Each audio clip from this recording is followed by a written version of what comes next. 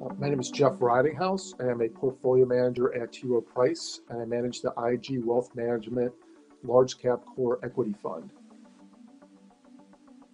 Our view of what's going on in the markets right now is there's been a sharp correction in asset prices as investors have tried to build in expectations for a demand shock post the coronavirus hitting the United States and the European Union.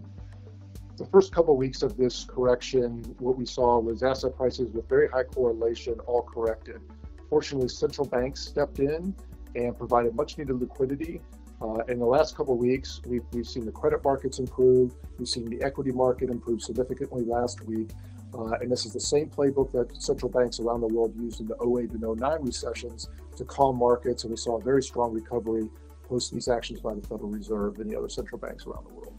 We now think we're going towards a third phase of this correction. And in this phase, it's where investors have seen markets stabilize. Now we're really trying to just determine how much demand is actually being hit by the virus spreading throughout the United States and in Europe.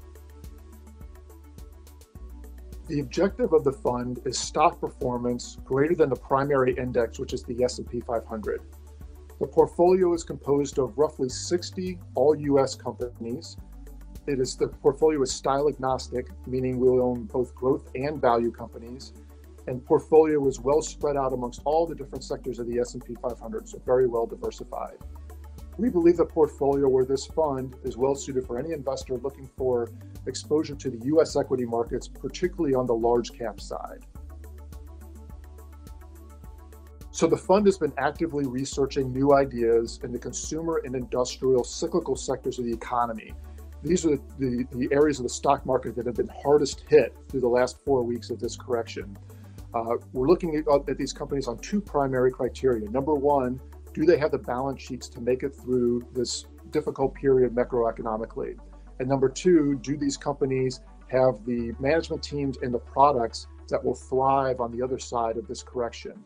And we're finding good opportunities amongst travel companies, given the decrease in consumer demand, but we're looking again for companies that have the balance sheets to make it through and that will do really well on the other side and be outperformers for our shareholders in 2021 and 2022.